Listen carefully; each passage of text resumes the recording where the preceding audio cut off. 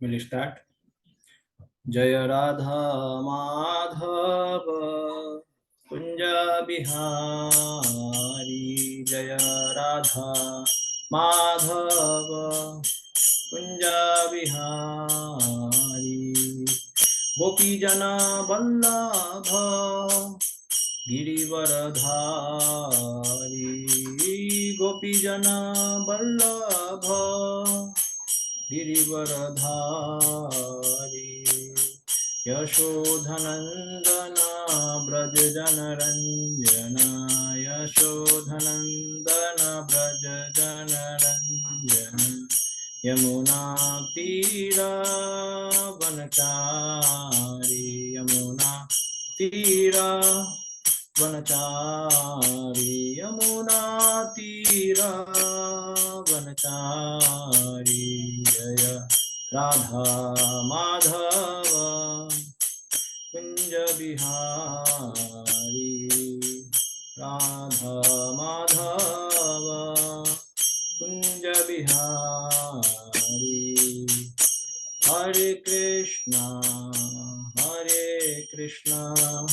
कृष्णा कृष्णा हरे हरे हरे राम राम राम हरे हरे हरे कृष्णा कृष्णा कृष्णा हरे हरे हरे राम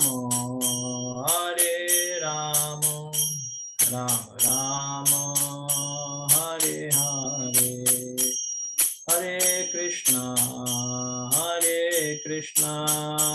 कृष्णा कृष्णा हरे हरे हरे राम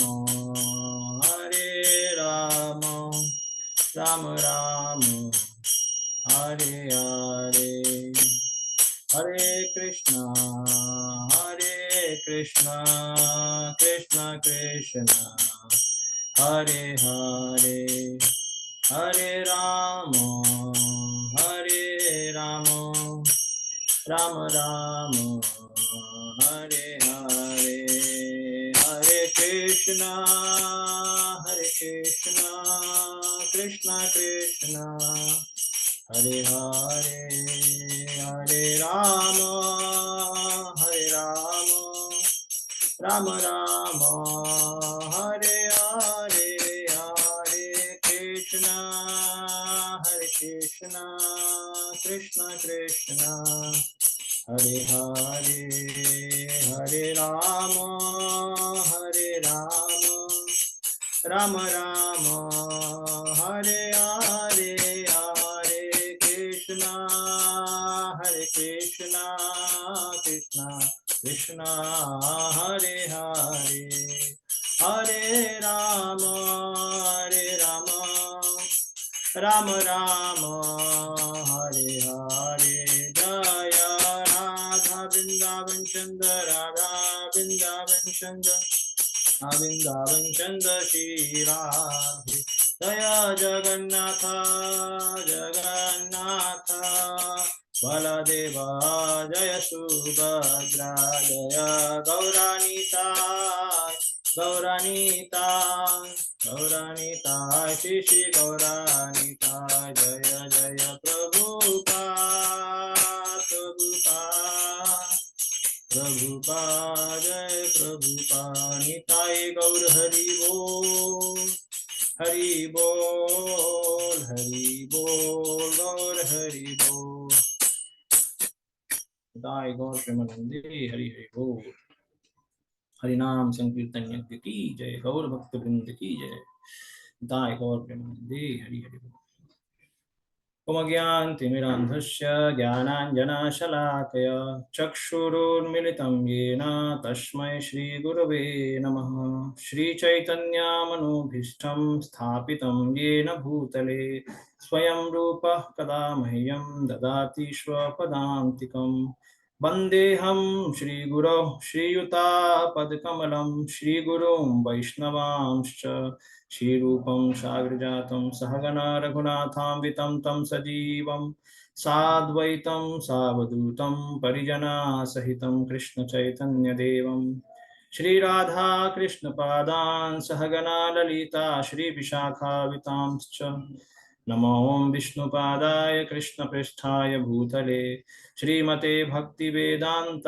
स्वामिन् इति नामिने नमस्ते सारस्वते देवे गौरवाणी प्रचारिणे निर्विशेष शून्यवादी पाश्चात्य देश तारिणे जय श्री कृष्ण चैतन्य प्रभु नित्यानंद श्री अद्वैत गदाधर शिवासादि गौरभक्तवृंद वाञ्छाकल्पतरुभ्यश्च कृपा सिन्धुभ्येव च पतितानां पावनेभ्यो वैष्णवेभ्यो नमो नमः। हरे कृष्ण कृष्ण कृष्ण हरे हरे हरे राम राम राम हरे हरे।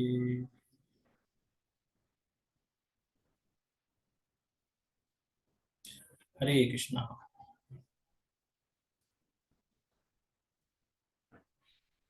तो हमारे पास we have now completed 7 classes and according to the Bhakti Shastri syllabus for Ishopanishad we have 30 hours. So 7 into 2, 14 hours we have done. Now 16 hours more are left. So we have to speed up our process of learning. So we had been doing verse number 4th. We have to do the sloka recitation also.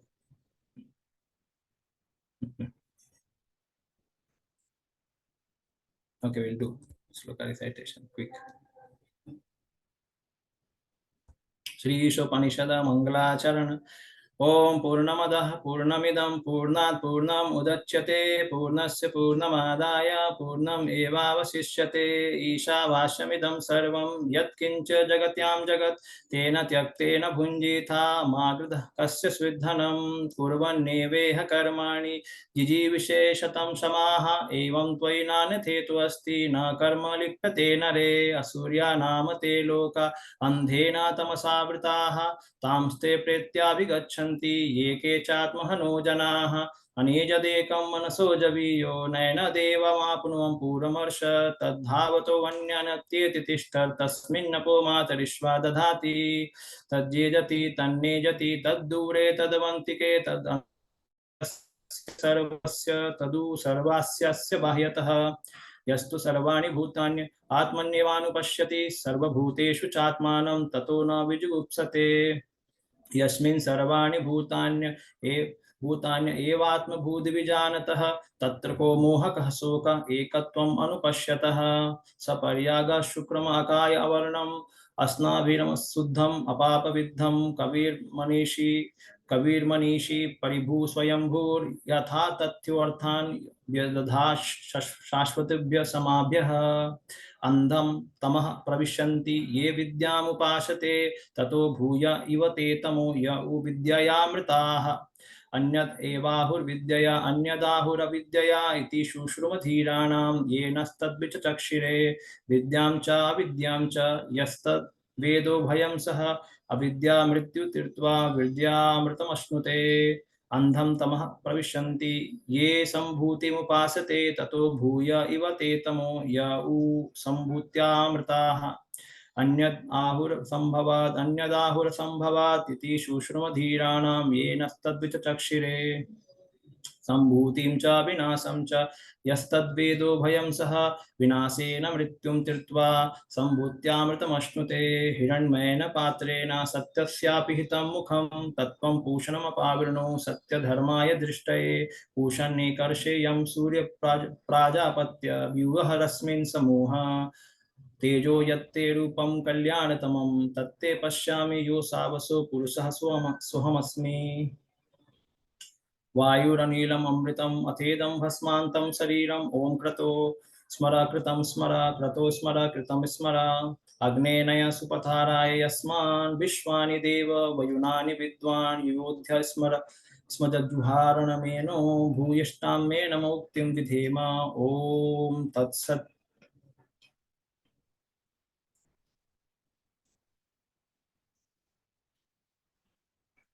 So we were on this verse. अनेजदेकं मनसो जवीयो नयनद्देवा आप्नुवं पूर्वमर्श तद्धावति यन्यनत्येति तिष्ठत् तस्मिन्नपो मातरिश्वा दधाति. Although fixed in his abode, the personality of Godhead is swifter than mind and can overcome all other runnings.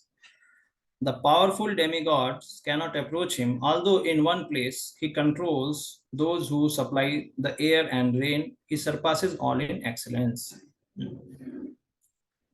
So, Bhanu Maharaj has written a book on Ishopanishad, giving the different acharyas commentaries upon this verse and all the other verses. So, here Srila Prabhupada ji, every acharya, they see the verse with a different angle. So, Vedanta Desika, one of the South Indian acharya in Ramanuja Sampradaya, he has also given understanding for this verse. So first, what Prabhupada is saying, let us see here. Already we discussed, but again, yesterday we saw. Aneja dekam manaso javiyo. So Lord is fixed at one place. Okay, fixed aneja means he is fixed at one place. But manaso javiyo, but he is more swifter than mind. Mind can move and it can go to any place. So Lord is fixed at one place, but he is more swifter than mind. Means something what is talked here is contradiction. Somebody who is not walking only, and how he can run faster than the mind. So there is some contradiction here talked. Okay. Nayana deva apnom puram arshat. Then the demigods cannot approach him. Demigods cannot approach him means even though Lord is there in the heart of the demigods, he is all pervading also, still they cannot approach him. So that is also mentioned here. The demigod cannot approach him. And even though some demigods like other people may try to run and find him out by austerity and tapasya, difficult. Then tad dhavati anyanatyati tishtat. Even somebody dhavati with the speed of mind also or by austerity, anything, you cannot approach him. Tasmin apo matrisva dadhati. So he controls who supply air and rain. He controls who supply air and rain. He surpasses all in excellence. So we saw the story of Kena Upanishad, where we saw that how he can surpass the god of wind and Agni, and even Indra also. So Indra is a god of rain, and wind, Vayudev is a god of wind. So Vedanta Desika, he says something I will show.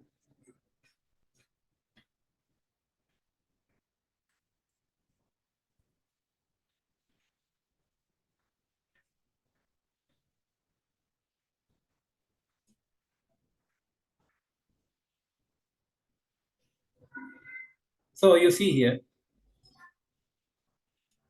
So he says, Aneja Dekam Manaso Javi. So the Lord is independent person. He divides the translation in three ways. He's an independent person, Ekam, independent, and who does not move, Aneja. Okay, he does not move. And he moves faster than the mind. Okay, this Prabhupada also says the same thing. Then second, the Devatas cannot understand and perceive the Lord, though he is present before them. Though remaining in one place, he overtakes all those who run. So Lord is at one place, he is near to them, still they cannot find him, Devatas. This is another section of that verse.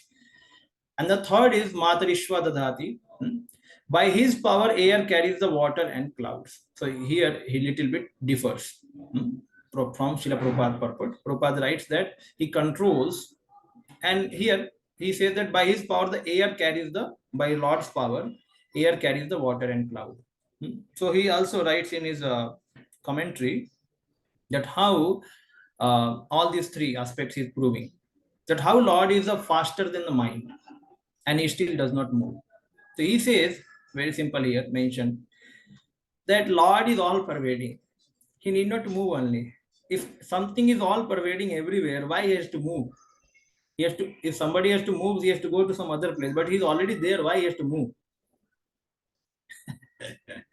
So therefore, he says, this is the way it is solved. This contradiction is solved. Now,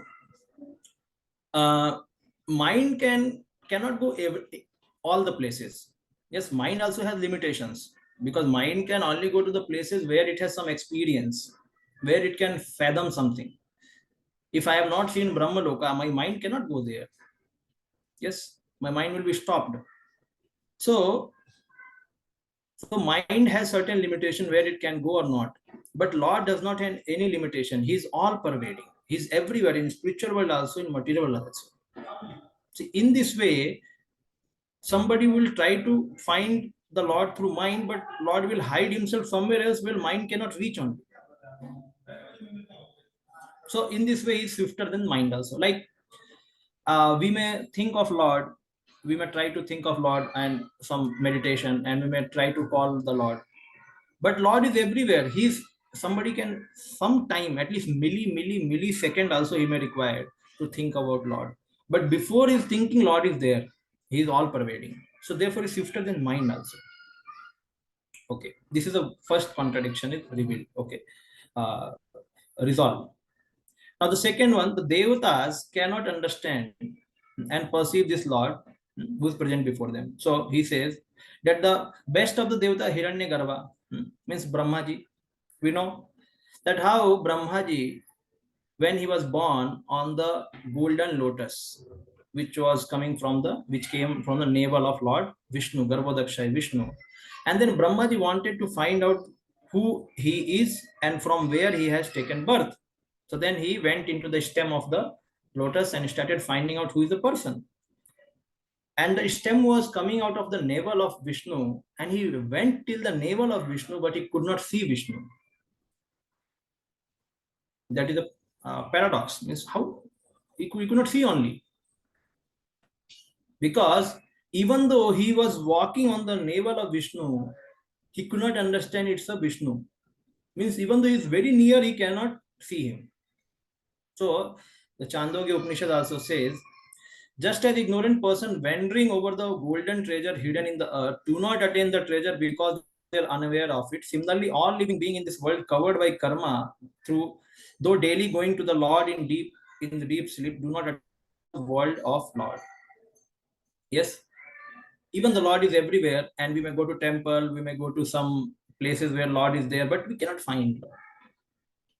Lord is hidden. Like a treasure is hidden and somebody is walking on the ground and treasure is down. He does not know. So in a similar way, we are conditioned by karma, jnana tendency. So we cannot see the Lord. So this is the way he resolves the second contradiction, that the best of the devas cannot know the Lord. What to speak of Indra, Chandra and Vayu. The third thing, his power, by his power, the air carries the water and cloud. So he says that actually air is holding everything. Like the nakshatra, the planets, the sun, the moon, everything is held by air. And this, but you can just understand, air does not have any base to hold something. Air is like a simply subtle. It's a gross means it cannot hold anything, because anything comes in the air, it falls down because of gravitational force. But how it is able to hold all the planets? So it is said because of the power of the Lord. The Lord has empowered wind in such a way that it can carry, it can make a planet move, it can make winds move, it can make everything moving in this world. So by his power, actually. So therefore it is mentioned, the air carries the water and cloud. The air carries everything, like this mantra says, the Smriti mantra. The power of Vasudeva, the greatest soul, supports the sky, moon, sun, the stars, Akash, the earth and the ocean. This comes from Mahabharata. And here it mentions, situated in him, the air, though without firmness of substance to prevent object from falling, carries the water. This means that being supported by the Lord, which is controller of everything, container of everything, Matrishva, air, by which the Lord power carries, by the Lord's power carries sun, clouds, constellations, planets, and stars. All these are carried by air only. So this is the way he resolves the all the three. So we saw how. Yes. What is the question? Somebody is asking question. Hare Krishna Prabhuji, going back to point one, it says it uses the word move. Yes, Prabhuji. What is the question, Vijay? Yeah, it says move, Not but able to hear you.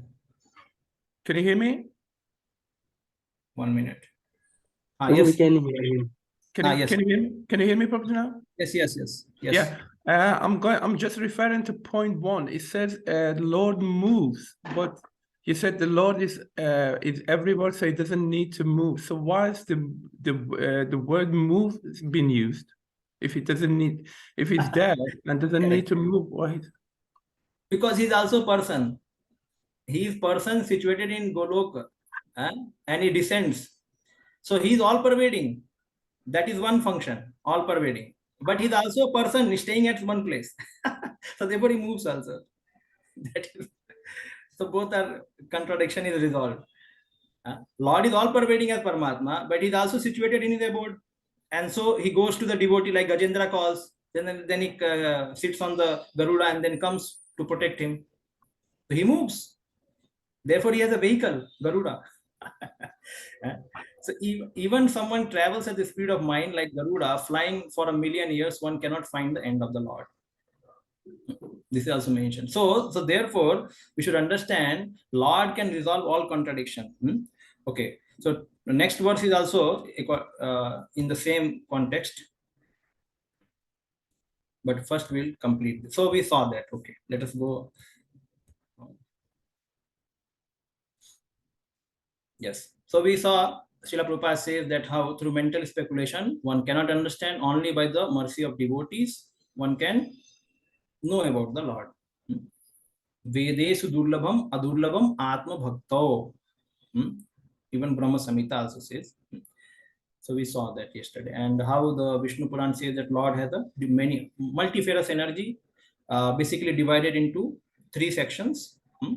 First is Parasakti, spiritual energy. Another is Kshetragya, that is also Parasakti, marginal energy. And the third is Avidya Karma Samajnaya, that is material energy. So spiritual energy, which is also called internal energy, spiritual energy, then marginal energy, we all are marginal energy, Tathastha Shakti, and then Bahiranga Shakti is material energy. And another example is given like a light is situated at one place, but the heat and it's lightning, fire is situated at one place, but the light of fire and heat of fire is distributed every place.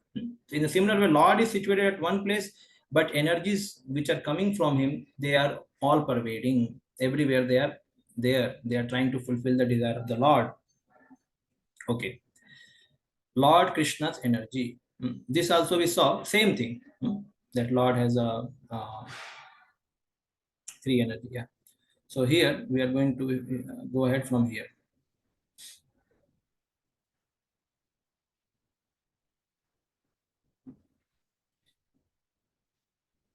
Yes, who can read? Mukund Pad Das Prabhuji, can you read? Yes. Yes, Prabhuji. I can read. So I'm reading from the book, Prabhuji. I think there is little. You can read. Yeah, the different energies of the Supreme Lord are represented everywhere by his different potencies. Although there is no difference between him and his energies, still one should not wrongly conclude that Supreme Lord, being thus distributed everywhere, has his personal existence solely in the impersonal Brahman. Men are accustomed to reach conclusion only according to their own capacity to understand. But the Supreme Lord is not subject to our limited capacity to understand him. It is for this reason that the Upanishad warns us no one can approach the Lord by his own limited potency. In the Bhagavad Gita, the Lord says that no one, not even the great rishis and suras, can know him. So what is there to say of asuras, who are not even qualified to understand the ways of the Lord? All these words mentioned in the mantra 4 of Sri Upanishad suggest very clearly that the absolute truth is ultimately the absolute person. Otherwise, there would have been no necessity of mentioning so many varied things in the support of his personal features. Okay. Individual parts. Yes, we'll discuss now. The inconceivable and incomprehensible absolute truth is ultimately a person. So now Srila Prabhupada is talking about the difference of energy and oneness of energy with the Lord. This is also very, very important. It is also mentioned a lot in Bhagavad Gita. So like a paper, if you take a paper, you just tear it in small bits and then you throw it. So paper, when it is stored into small bits and thrown, so then paper has been divided. Now paper has no existence now because it has been divided. But Om Purnamada Purnamidam, we understand if Lord is divided also, he is still as a paper. In this example, he is still existing as a full identity. Yes, even though he has been divided into lot of many incarnations, many energies, but he still is there. So Srila Prabhupada says one should not wrongly consider Supreme Lord is distributed everywhere impersonally, or then he loses his personal existence. This is not correct. So this is one thing. And Prabhupada says that men are accustomed to reaching conclusion according to the capacity of understanding, but Supreme Lord is not subject to limited capacity of understanding. So this we should understand. Srila Prabhupada also gives another example, like a king. He has many departments. Now, it's a crude example. Every department knows that the head is king. Even though there are many departments, like one department, he started one and then he created many departments from one. So every department knows that king is there. So king has not lost because king authority has been distributed into many departments. King is still there.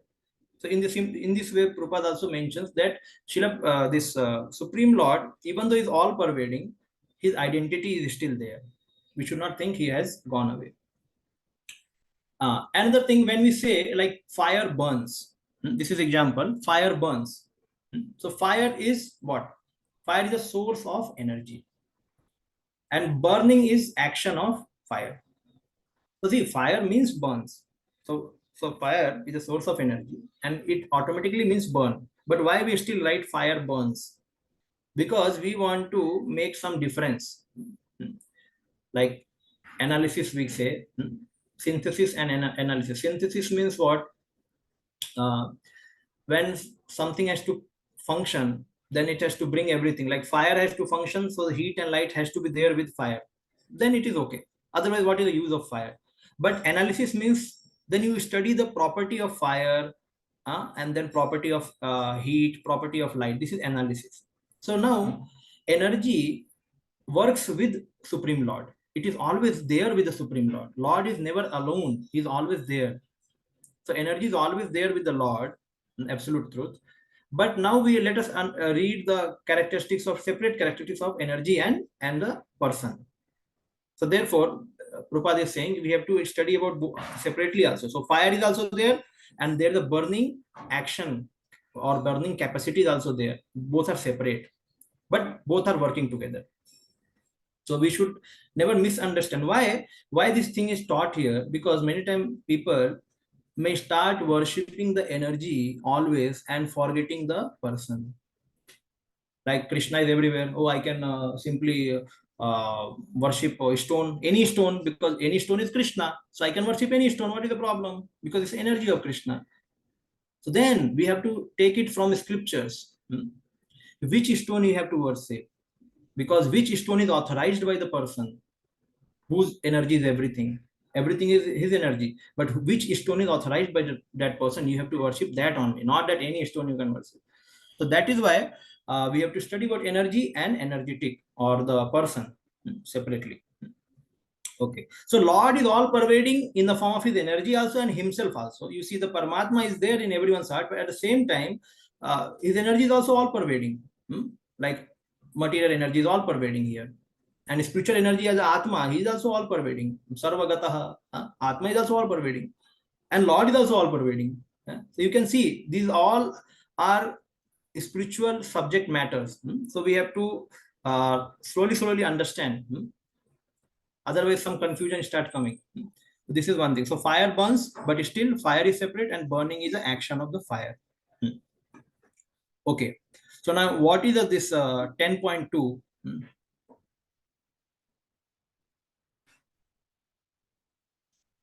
So 10.2, Name Vidu Suragana Prabhavam Na Maharsaya Aham Adiri Devana Maharchinam Cha Sarvasaha.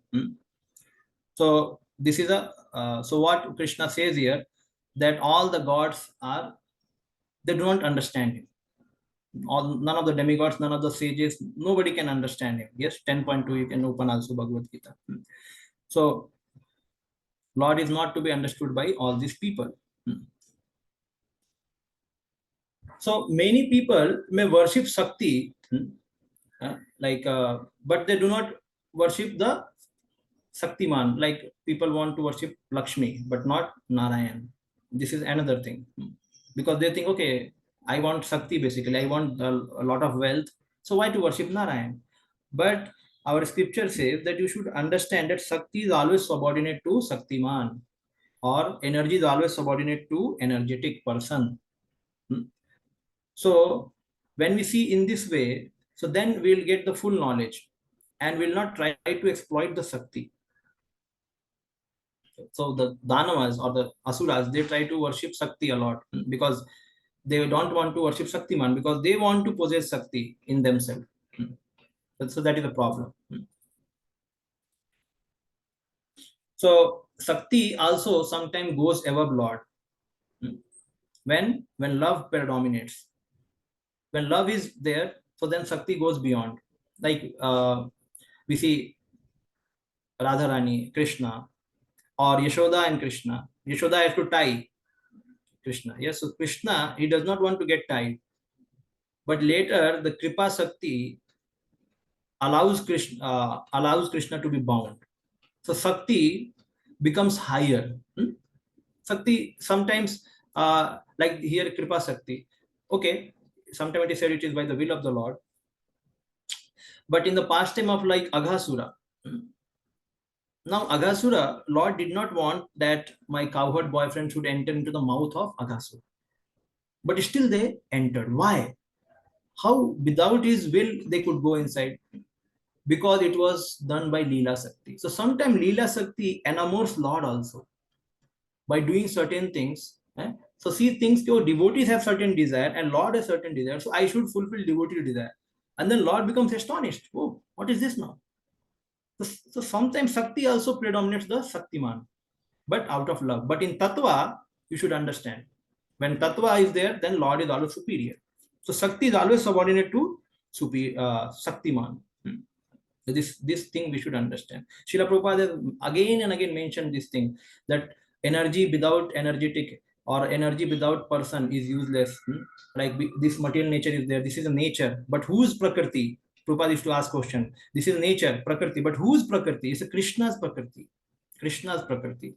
So then scientists don't understand this whole Prakriti. They think that this Prakriti is alone and we can use the natural resources the way we want to enjoy and use. So then, therefore, Prabhupada always used to ask question, whose nature it is? It's Krishna's nature. So this we have to understand. Okay. So Sri Ishopanishad very clearly suggests that absolute truth is ultimately absolute person. Otherwise, there would have been no need or to mention so many details in support of his personal feature. Yes. If Ishopanishad had to just say that everything is done by energy, so then why we are learning so much about it? That how the energy is also there, energetic is also there, and they are working together, and their separation also is there. All these things we have to understand. Yes. Vijay Kumar Prabhuji, can you read? I'm not able to see the name. Hare Krishna. Kishore Madhav Prabhuji, can you read? Yes, Prabhu. Tiny rivers fathom the glories of Supreme Lord on their own. Although the individual parts and parcel of the Lord's marginal potency have all the symptoms of the Lord himself, they have limited spheres of activity and are therefore all limited. The parts and parcels are never equal to the whole. Therefore, they cannot appreciate the Lord's full potential. Under the influence of material nature, foolish and ignorant living beings who are but parts and parcels of the Lord try to conjecture about the Lord's transcendental position. See, Ishopanishad warns us of futility of trying to establish the identity of the Lord through mental speculation. One should try to learn of the transcendence from the Lord Himself, the supreme source of Vedas, for the Lord alone has the full knowledge of the transcendence. Okay. Tiny jiva cannot fathom the glories of the Lord on their own. The part and parcel are never equal to the whole. So this we know that living entities are all minute part and parcel of the Supreme Personality of Godhead. This is a very basic teaching in our Krishna consciousness. We are part and parcel of Supreme Lord Krishna. We are part and parcel. Okay. So somebody asked Srila Prabhupada, you see, Swamiji, you just see in this world how much scientists are advancing. They have created aeroplane, they have created spacecraft, and they're flying in air. They're going out of the space, out of this atmosphere and going into space also. Srila Prabhupada said, what is this? When petrol will run out, they will come back. But just see Krishna. Krishna is causing so many planets to fly and they are not coming down. So Krishna is doing his activity since time immemorial, is going on. No worry about petrol. Petrol का कोई चिंता ही नहीं है. But when we fly, we worry about before we go to the next place, if something happens, then what? We will land down. We will die only. So Prabhupada used to say, it means that we are small, we are tiny, and Krishna is Vibhu and we are Anu. So what Krishna does, that is very highly with high perfection, and what we do with little perfection. So we have tiny freedom, we have limited freedom, and absolute truth has absolute freedom. He has absolute freedom and we have limited freedom. Okay, that therefore whatever we have to do, either devas are doing or we are doing, all has to be done under his either fear or under his sanction, under his protection, because he's having absolute freedom. So like this verse comes 3.2542. This is a madbhayad vati vato yam suryastapati madbhayat varsit indro dahati agnir mrityus charati madbhayat, where Kapil Muni is saying, it is because of my supremacy the wind is blowing, out of fear of me the sun is shining, the lord of the cloud, he is showering rain because of me, the fire is burning because of fear of me. So just imagine all of these. When fire burns, when Indra, like in Govardhan Leela, when Lord Indra, he was showering rains, so he did not think, oh, I have power because of Supreme Lord. But when Lord Krishna lifted Govardhan hill, then he showed him what power he had. All his power, he could not even bring a drop of rain water inside Govardhan. So he understood my all powers are useless. So the part is part and whole is whole. We are a small part and Krishna is whole. So we should not speculate about it. Like one time, one person, blind man, he did not know what is milk. So one his dear friend, he came and told, today I have brought milk for you. So then the blind man asked, what is this milk?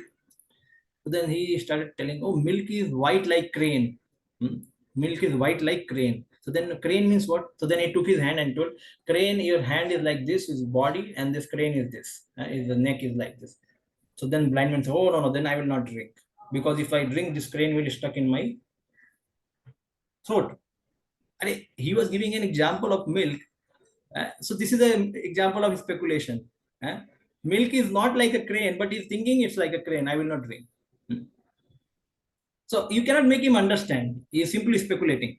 Unless he has drunk the milk, he cannot understand. In the similar way, like many politicians, like Srila Prabhupada used to say, 645 number of Bhagavad Gitas has been written during Prabhupada time.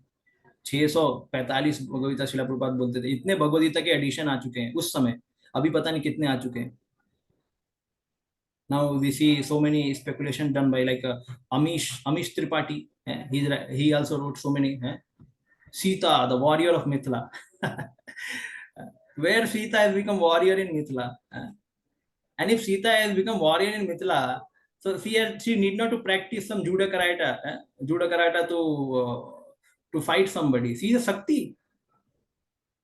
But these foolish people, they write book, and the other foolish people, Prabhupada used to say rascals, and the other rascals, they accept whatever is written is very nice.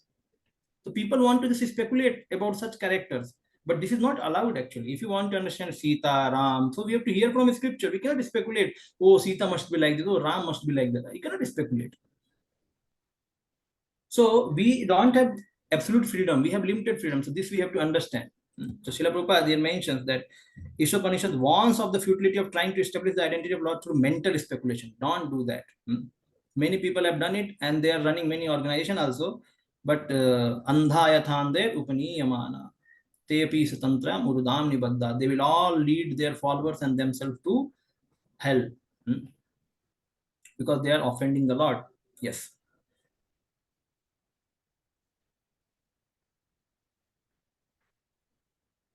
Now who can read? Yes. Isha Mataji, can you read from here? Right Yes, initiative of Jiva by which it can revive its original consciousness. Yes, you can read. every part and parcel of the complete whole is endowed with some particular energy to act according to the law's will. When the part and parcel living entity forgets his particular activities under the God's will, he is considered to be in Maya, illusion. Thus, from the very beginning of Sri Upanishad warns us to be very careful to play the part designated for us by the Lord. This does not mean that individual soul has no initiative by his own. Because the part and parcel of Lord, he must partake of the initiative of the Lord as well. When a Lord properly utilizes his initiative or active nature with intelligence, understanding that everything is of Lord's potency, he can revive his original consciousness, which was lost due to the association with Maya, the external energy. Okay. Again, Srila Prabhupada is mentioning that we have been given some freedom, but don't misutilize that freedom in terms of speculation or taking some initiative in this world which is not sanctioned by the Lord. So this is important thing. Srila Prabhupada one time in devotees in Western country, so then they were distributing a lot of books. So then they went to Srila Prabhupada and asked, Srila Prabhupada, we have come to know how to distribute books with certain tricks, with certain gestures. So can we tell to all the devotees in other temples how they should also increase the number of book distribution by talking certain way, by asking certain questions, by having certain gesture? Srila Prabhupada became grave and he said that devotional service is individual, voluntary, and spontaneous. Devotional service is individual, voluntary, and spontaneous. So don't go and tell what you are doing and the way they should also do, but inspire them through your service to Krishna consciousness, and then they, according to their inspiration, they will pick up and they will do according to their own way, or how the Krishna will inspire. He does not mean to say the training is not required, but there are certain things which people feel, oh, this is working for me, it will work for everyone. So let me now go and tell everyone. So Srila Prabhupada says, it's not like that. Never think that devotional service is material service. Means somebody is doing some business and getting a lot of money, and then he will share his way of doing in some books. Oh, I have earned this much now. Many times YouTubes they come now. Oh, many people are doing wrong business. Okay, means you are going to teach everyone how to do the right business. Okay, you teach now. So many times ads they put now. You all people don't know how to do the right business. I will tell you how to do the right business. Okay, you tell. So these are material activities. These people depend upon their own skills, talents, and certain laws in the world. But devotion service is not like that. Devotional service, like a Sudama who is a beggar, he can also do devotional service. Fully satisfied, nothing. He does not require anything. Yes. And some greedy devotee, he is also doing devotional service. So one is satisfied, one is greedy, also he also doing. So now greedy cannot say, okay, this is the way I am living and I'm getting some satisfaction. Can you apply this? No, he will say, I'm already happy. I have nothing. I am happy. So it is like that. So Prabhupada says it's individual, voluntary, and spontaneous. So one time, uh, again, London was the UK. London was the place where all the preaching reports used to be brought during Prabhupada time. And Prabhupada used to come there and used to inspire devotees. He used to also take the reports of preaching. So Prabhupada asked devotees, yes, what is the report of France? What is the report of Germany? So one Ishan Prabhu was there. He was with Prabhupada. And somehow he saw that all the devotees are doing so much and I'm not doing anything. So then at the end of the meeting, he then asked Srila Prabhupada, can you give me something to do for you, Srila Prabhupada? Can you give me something? Srila Prabhupada asked him, he looked into his eyes and asked him, what can you do for Krishna? He said, whatever you say, Prabhupada, I will do. Then Prabhupada again looked into his eyes and said, what you can do for Krishna? So then he was thinking, I think Prabhupada is testing me. Prabhupada, whatever you say, I will do. Then Prabhupada said, look, you should understand our philosophy of Krishna consciousness. If you think you want to do something, that will be devotional service for you. Now, Prabhupada will not speak this statement to a very neophyte. Surely Prabhupada understands that he's a grown-up man. He is with me for many times, many years, and he knows how to serve. So therefore, Prabhupada is speaking to him. If you think you want to serve Krishna a certain way, that is the devotional service you are doing. Then he told Prabhupada, okay, Prabhupada, I will come after some hours and I will tell you. So then he came and he said after some hours, Prabhupada, I want to make mridangas of certain material which won't be broken. It will not break only. Like many mridangas, they get broken when you carry from here to there or when you start playing. And because of seasonal changes, many things come and they are built up with the mud. So they are very fickle and they get broken. So he said, I will make mridanga with certain material that it will not get broken. So Prabhupada said, yes, your God brothers are very passionate. Even though they throw the mridanga, it should not break. Now you make it. So then he started making. And he was doing it since lifelong. So he understood that devotional service is a voluntary. It's an individual. And spontaneous means what? It is little higher thing, spontaneous. Little higher, spontaneous. Spontaneous doesn't mean like in temple, somebody is told, okay, go and offer bhoga to the deities. And he is just sitting with the plate. And then bhoga is not coming out only. He's inside the deity altar only. And then somebody looking, what he's doing? Oh, he's reading some Krishna book. So he is saying, unless the pastime finishes, Lord is absorbed in the pastime, I am absorbed. How can I come out?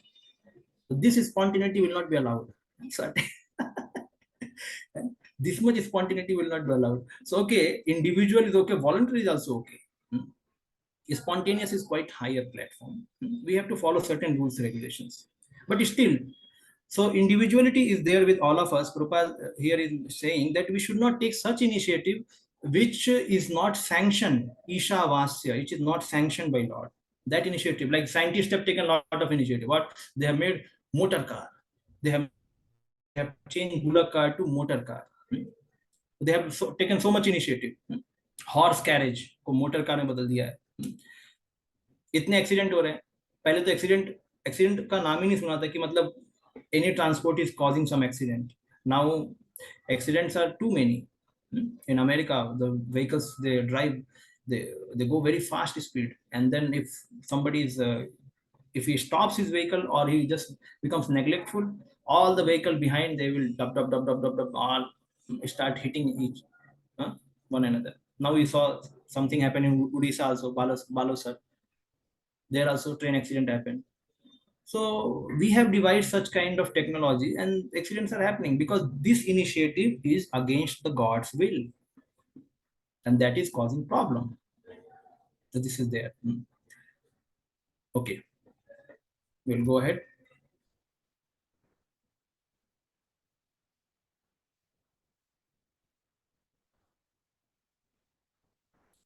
Perfect knowledge of the Supreme Lord is bestowed to one who has adopted submissive service attitude. All power is obtained from the Lord. Therefore, each particular power must be utilized to execute the will of the Lord, not otherwise.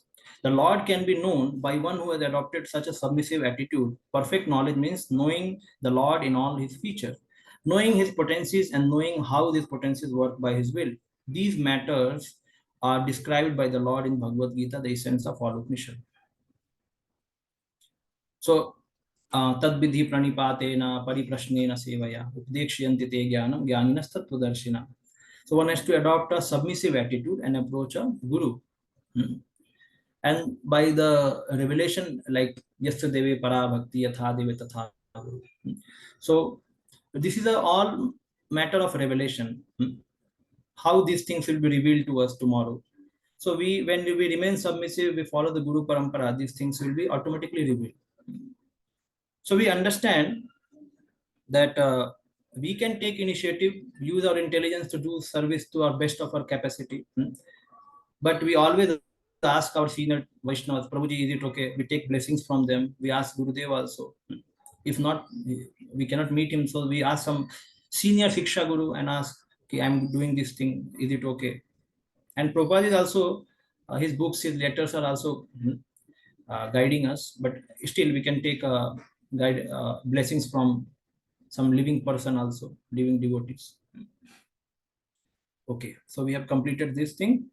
Any question in this section?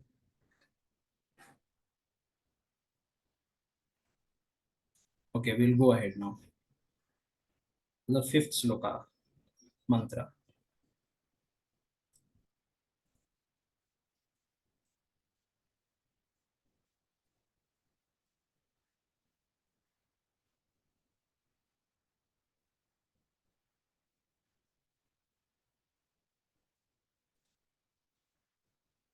तद्एजति तन्नेजति तद्दूरे तदवन्तिके तदन्तरस्य सर्वस्य तदु सर्वास्यास्य बाह्यतः. The Supreme Lord walks and does not walk. He is far away, but he is very near as well. He is within everything, and yet he is outside of everything. So what three things are contradictory things are spoken here? Tad ejati tannejati. So ejati means he walks, and na ejati means he does not walk. The Lord walks and does not walk. And tad dure tad tadvu antike. Dure means he is very, very far, and antika means he is very near, very, very near. Nobody can be as near as him. Tad antar asya sarvasya, सबके अंदर भी है and सबसे बाहर भी है. So these are the way statements of Upanishads. Okay, so we'll see the Vedantic what he says.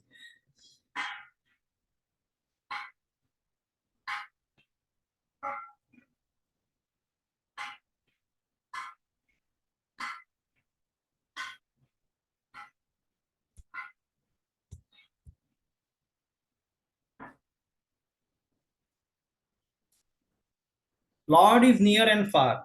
For persons who have aversion to Govinda, who are attracted to material enjoyment, the Supreme Brahman is situated very far. For those who are absorbed in Govinda, surrendering full to him, giving up material enjoyment, the Supreme Brahman who should be known is very close. This is given in the Vishnu Dharma 95. This is the scripture. So he mentions how Lord is far and near. See, ejati he already explained, na? Tanne jati tadde jati in previous, because he said that Lord is all pervading, so he need not to walk. But yes, he is a person also. So therefore, when devotees call, he goes there. So then he says that he walks and does not walk. So he did it in previous sloka only. Now in this sloka, he is doing that how Lord is near and far. So those who are materialist, who does not want to give up their sense enjoyment, who have nothing to do with the Lord, for them Lord is very, very far away. But those who want to surrender to the Lord, want to give up their material sense gratification and serve the Lord with love and devotion, for them Lord is near. Okay, how the Lord is inside and outside? He has no obstacle to doing that. The Lord is situated within everything and without discontinuity. He is also situated in the environment surrounding the object. He remains simultaneously outside of all these objects. Just as he exists wherever object exists, he also exists where those objects do not exist. This is clearly stated in Upanishad attached to the Krishna Yajurved. In the verses describing the thousand-headed Lord, to specify the object of highest knowledge. The thousand-headed Lord means Sahasra Siyusa Purusha, Virat Purusha. So here it is mentioned in Mahanarayan Upanishad. Yaccha kinchin jagatyasmin drishyate shruyate api va antarbahishcha tat sarvam vyapya narayana sthitah. Narayan pervades inside and outside of everything seen and heard in the universe. So he is inside and outside. Inside atom also is there. In between atom also is there. Everywhere. Inside atom and in between atom. And then he's outside. In Golok is there. So in this way, we have to understand this contradiction.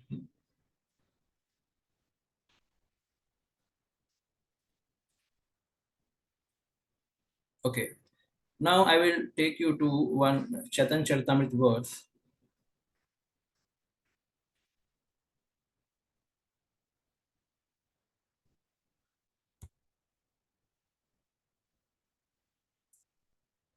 निर्विशेष ताहार कहे यही श्रुति गणा प्राकृत निषेध करे अप्राकृत स्थापना. Now who is saying? I think Kaviraj Goswami is saying here. Wherever there is impersonal description in the Vedas mean to establish that everything belonging to Supreme Personality of God is transcendental and free from mundane characteristics. Now, as the Gyanis, when they will hear, oh, Lord does not walk, Lord walk. So, for them, they will be only taking the impersonal feature of the Lord, as Lord will mention in the purport also. The Gyanis or the monist or impersonalist, they are very expert to take only the impersonal activities of the Lord. They will not take the personal activities of the Lord. So now here in Chaitanya Charitamrita it is mentioned, wherever in the Vedas it is mentioned Lord is Nirvishesh, that is just to make us aware that he does not have material or mundane characteristics. निर्गुण, निर्विशेष. निर्विशेष बोला मतलब कोई उनका आकार ही नहीं है. He does not have any shape and size. So Vedas mentions why this, because they are saying he has no material shape and size. But they don't want to mention that he does not have at all. He has a spiritual body, he has a spiritual shape, he has spiritual features. So therefore it is mentioned प्राकृत निषेधी करी अप्राकृत स्थापना. प्राकृत मतलब material, aprakrit means spiritual. So Vedas basically wants to establish what? Spiritual characteristics of the Lord by telling he does not have material characteristics. And so the Nirvishesh means, so never think that, oh, Krishna is not Nirvishesh, you may fight with other person. But it is mentioned in the Vedas, Nirvishesh. That's why the Gyanis are getting, or impersonalists are getting a lot of statements to quote how the Param Satya is Nirvishesh. So now we have to hear from Acharyas or Chaitanya Charitamrita what is saying. Nirvishesh is used for the purpose to tell that the Lord is aprakrita. He is not prakrita. Okay, so there are impersonal statements about the personality of Godhead in Svetasvatar Upanishad. Apani pado javano grihita pashyati achakshu sasunoti akarnaha saveti vedyam nacha tasyasti vetta tamahuragriyam purusham mahantam. Now what it is said here, just see. Although the Supreme Lord is described as having no hands and legs, he nonetheless accepts all the sacrificial offerings. He had no eyes, yet he sees everything. Apani, no hath, hathi nahi hai. Pado, no pair. No leg, no hand. But still, he is grahana. He is taking everything what is given to him. If you call him, please come, my Lord, he will walk. If you give him, please take it, he will take. So then why it is said apani pado? So now here contradiction is both are mentioned. Apani pado javanu grihita. Still is taking all the yagyas offerings. Pashyat achakshu. देखते हैं but आंखें नहीं है. He does not have eyes but he is watching, he is seeing. Sashunoti akarna. He does not have ears but still is hearing. So when it is stated that the Supreme Lord has no hands and legs, one should not think that he is impersonal. Rather, he has no mundane hands or legs like ours. He has no eyes, yet he sees. This means that he does not have mundane, limited eyes like ours. Rather, he has such eyes that he can see past, present, future everywhere, in every corner of universe, in every corner of the heart of every living entity. Thus, the impersonal description in the Vedas intend to deny the mundane characteristics in the Supreme Lord. They do not intend to establish the Supreme Lord as impersonal. So Veda don't say that Lord is impersonal, but Veda says that the Lord has no material characteristics.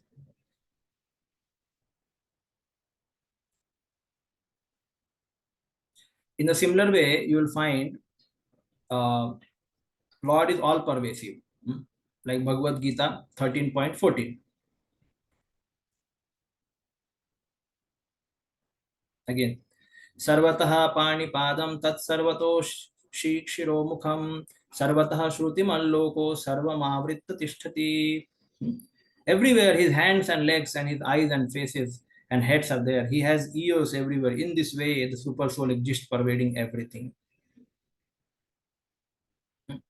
If we hear, oh, he has so many hands, so many legs. So here it's okay. It's clearly mentioning that Lord is all pervading in this way.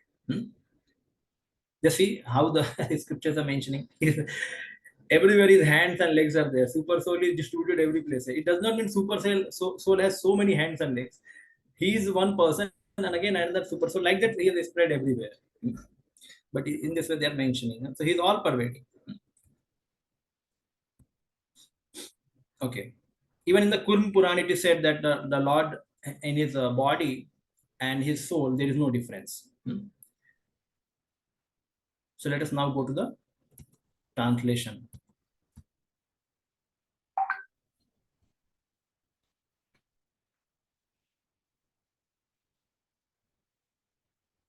Yes, Jayanand Krishna. Yes, Prabhu. Yeah, thank you, Prabhu. I had a question. Prabhu, I mean, just intuitively, this question comes that in Bhagavad Gita, there are segments, there are slokas in which there is a direct meaning, which the impersonalists say that when Krishna says Man Manabha Mat Bhaktu Madhya, it is not Krishna, but indirectly you have to, here Krishna is actually meaning something else. They put their argument in that. Or over here, wherein there is I don't know, like apparent meaning of an impersonal aspect of Lord. Here we are taking out a that no, it is not that it is an impersonal way, but then it is actually that the form is not material. So it's like I agree with the personalist form and all these things. But in case if somebody asks this question that in Bhagavad Gita you all take a direct meaning, but then here when it is given that it is like some kind of impersonal aspect, here you are twisting the meaning. How can we refute that kind of argument? Okay, this whole topic is for that only. This chapter we're discussing about that only. So if at the end of this discussion does not you don't get your answer, so then we'll discuss. Let us go ahead. It is there. Sure. Okay. The contradiction given here prove the inconceivable potency of the Lord. So one thing we discussed now is the contradiction which are given that are basically to tell that Lord does not have material mundane characteristics. Now Srila Prabhupada is saying why contradictions are also given to prove that Lord has inconceivable potency. This is another thing. Okay. Yes, Arjun Jaiswal Prabhu, can you read? Yes, we read. Here is a description of some of the Supreme Lord's transcendental activities executed by his inconceivable potencies. The contradiction given here proves the inconceivable potencies of the Lord. He walks and he does not walk. Ordinarily, if someone can walk, it is illogical to say he cannot walk. But in reference to God, such a contradiction simply serves to indicate his inconceivable power. With our limited fund of knowledge, we cannot accommodate such contradictions, and therefore we conceive of the Lord in terms of our limited powers of understanding.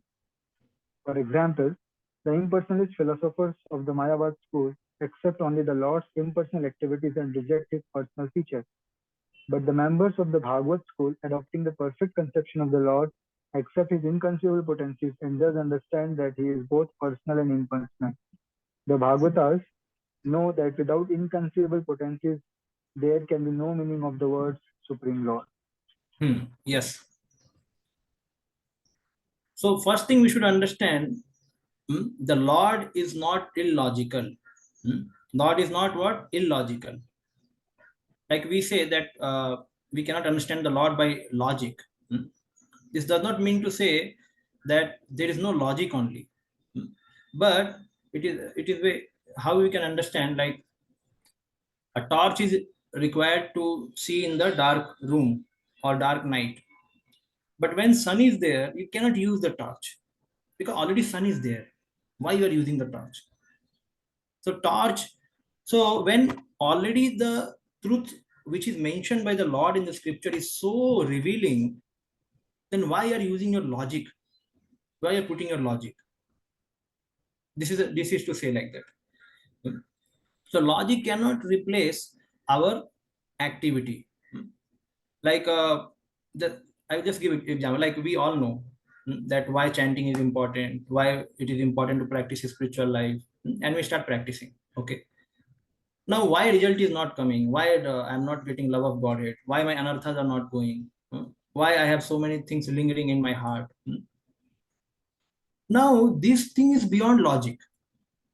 Means you can hear from scripture, okay, but still you will be asking, अरे फिर भी भगवान बोलते एक नाम से सब कुछ हो जाता है, वो नाम कब लूंगा मैं? That name, when it will come? And senior devotee will say, okay, Prabhu, how many years you are in Krishna consciousness? Prabhuji, many years. Practice. And how many years Maharajas are there? They are also saying practice. So practice now. So now logic, you understand, it is going to give us a result. Krishna has said, surrender to me, I will protect you. Now, but absolute truth is doing certain thing in our life. There you cannot put again logic. You said, now you are not doing. You said that you will liberate. Prabhupada many times says, once one takes to devotional service, immediately he goes to the Brahman platform. Immediately. Prabhupada says, now immediately. How many of you going immediately? Huh? So when you find these things will be revealed by practice. This is not that these philosophies are taught so that you start questioning absolute truth. Now you said, now you tell me, I have done everything, all homework done. Now where is my mark sheet? Give me my mark sheet. So we cannot go to back home. Like some devotees say, Prabhu, Prabhupada says that we will go back home back to God. Even if you chant, like sometimes some of you are asking questions. So just making one comment on that. That just by chanting 16 rounds and 4 relative principle, even after going back home back to God, what will do? This is the question. What will do? You'll say, Krishna 16 round complete now, 4 eggs, here no problem, 4 eggs. And so now what I have to do, Krishna here? So Krishna has to see whether you are really a devotee or not. So even after going there, so Krishna has to fully change us, then he can take us. He has to fully purify us. So we cannot question on the absolute truth. So torch is important to see in the darkness. Like here, some darkness is there. Okay, how to solve mathematics, how to solve some problems of life. That we can use our brain and scriptural knowledge. But scripture therefore says, Vedesu durlabham. Through Vedas also you cannot reach him. Adurlabham Atma Bhakto. Now devotee, how you can reach through devotees? Because of their mercy. And they will say, practice Krishna consciousness. So you cannot put logic in Krishna consciousness again and again. Why only same mantra we are chanting for so many years? There are so many mantras also higher than this or not. We can question. So we understand the importance of mantra through scriptures. We understand how the mantra is not material, spiritual, but these things we'll understand, or it will be revealed more when we practice. Bhakti Saraswati Maharaj used to say, don't try to see Krishna, try to serve him. Try to serve him. Don't try to see Krishna. Don't try to see that, oh, Krishna, I want to take your darshan. Good, we want to take darshan. But people say that, okay, I don't want to serve Krishna, just I want to imagine that in my dream Krishna came yesterday and he told me to do this thing. But you never serve a spiritual master, what he says. You only serve what your mind says. So therefore, our logics become failed. But it does not mean to say that these are illogical things. They also take place, but by the will of the Supreme. Therefore, it is always said, unless he wants us to, unless he wants that he should give darshan to us, we cannot see him. We cannot see him. Even if you perform bhakti for millions of years, also you cannot see God. Because why? Because unless he becomes pleased with us, so there is no logic in this. Even the logic is there. Once you surrender to the Lord, you chant holy name, Lord is there with you, he's on your tongue, and he can give you darshan. Everything is correct. But these all things are to please him. If he becomes pleased, he will give his darshan. But he decides, okay, I will not give him darshan, so I will not give. It is like that. Okay. Now, what is the definition? Now, Srila Prabhupada mentions inconceivable. So that is also defined in the scriptures. Inconceivable means what? अचिंत खलो ये भाव न ताम सर्के न योजयेत प्राकृत प्राकृतिभ्य परम यच्च तद अचिंतस्य लक्षणम.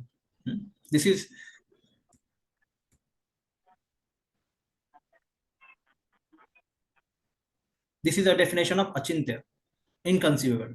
So unless we understand Lord has inconceivable energy, there is no use of trying to understand absolute truth. We have to accept this first thing, that he is having inconceivable powers. First thing. Anything transcendental to material nature is called inconceivable, whereas arguments are all mundane. Since mundane arguments cannot touch transcendental or subject matter, one should not try to understand transcendental subject through mundane arguments. It is mentioned achint kholo ये भावा ना ताम्स तर्के ना योजयेत. तर्क से आप नहीं समझ सकते. No argument. Okay. Yeah, somebody is unmute. Please mute yourself.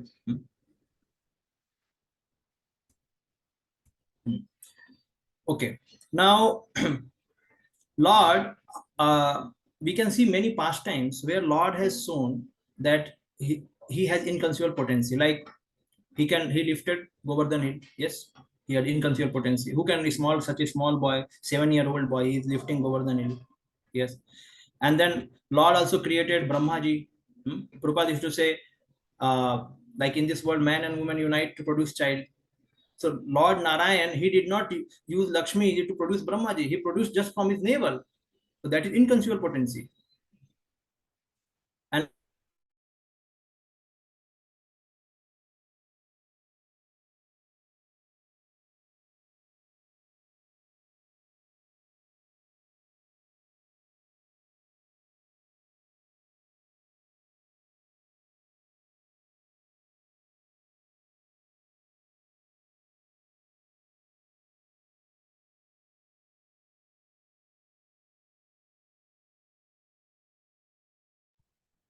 Hare Krishna. I think there's some problem over here. Yeah, I think there is some issue with sound probably.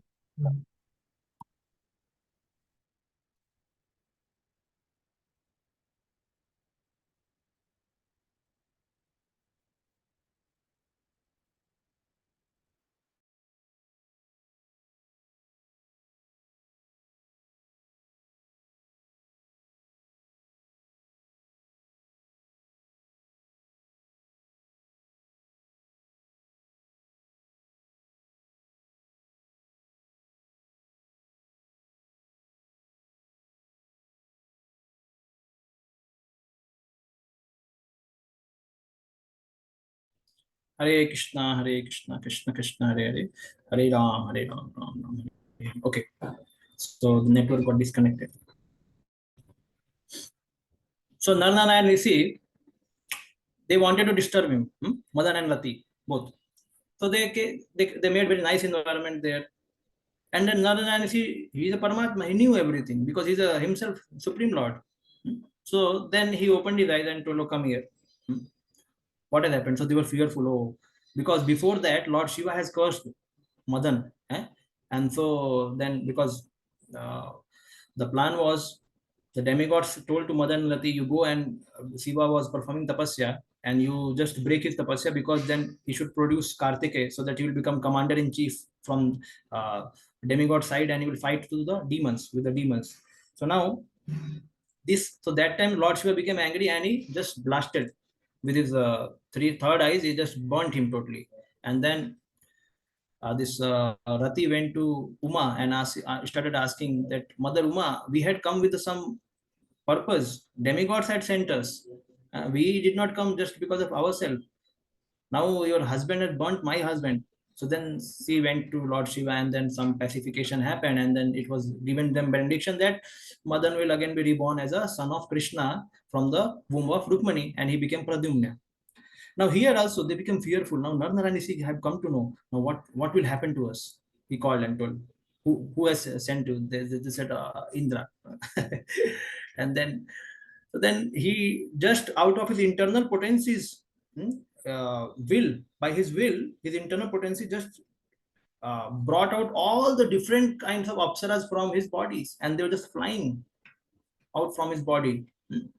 And then he told to Madan and Rati, you just choose one of the apsaras, and this is a donation from my side to Lord Indra. Take it. And then they took Urvasi. So the Lord, he does not need anything. His inconceivable potency. He can produce anything from his body. Therefore, Srila Prabhupada many times used to say, Lord does not need servants. He already has so many servants and he can produce a lot of servants. But still he comes to this world to persuade us that we do devotional service so that it is good for us, not for him. It is good for us that we become devotee, we will be released from this world and will be happy. So these are inconceivable potencies of the Lord. Now, all the contradictions are resolved in the Supreme Personality of Godhead. Like we see Narsimadev. Tavakara Kamala Vare Nakam Adbhuta Singha Dalita Hiranyakashipu Tanubringam. The cutting tool, his nails were like cutting tool, chisel, tear apart the chest of Hiranyakashipu. The same hands were like a soothing lotus on the head of Prahlad Maharaj. Same hands. So Prahlad Maharaj was not at all fearful. See, it is very difficult to imagine. Like Narsimdev has killed just now, and somebody, and he's a very big size, and a small boy, 5-year-old, he is not fearful at all. He's just going in front of him. He may become little bit some coach ho sakta hai na? Means if Narsimdev is angry with me, also sometime I have done some non-devotional activity, and then he must be angry with me. Then he will slap me there, and then one slap means I gone. He did not think at all. He was just totally like a small cub. Chaitanya Mahaprabhu says in the South India Yatra, how Narsimha protected his small small baby in the because of the devotion of Prahlad Maharaj. So Prahlad Maharaj just did not worry at all. He's my mother, he's my father, he's everything. I will just go to him. And he just having some very fearsome sarupa, and he mentions in the prayers that I am not fearful of your sarupa. I'm just fearful of the material world, which is making me forget about you. That is what I'm fearful of. So this is contradiction resolved. Means now he was very angry with Hiranyakashipu, but he was also very much loving to Prahlad Maharaj. Just simultaneously he can do. Like our eyes, you cannot show two emotions in ourselves. We cannot show. Like one eye, if we are very much angry, other eyes we are showing some very soothing glances or very happy. We cannot do with our both eyes. But Narsimdev can do. His sun and moon. One eye sun, one is the moon. He can do. He can show love for Prahlad Maharaj, and also he can show anger for Hiranyakashipu. He can do. So his senses are transcendental. They are interchangeable. He can eat without taking the food in hand. Just by seeing, he can eat.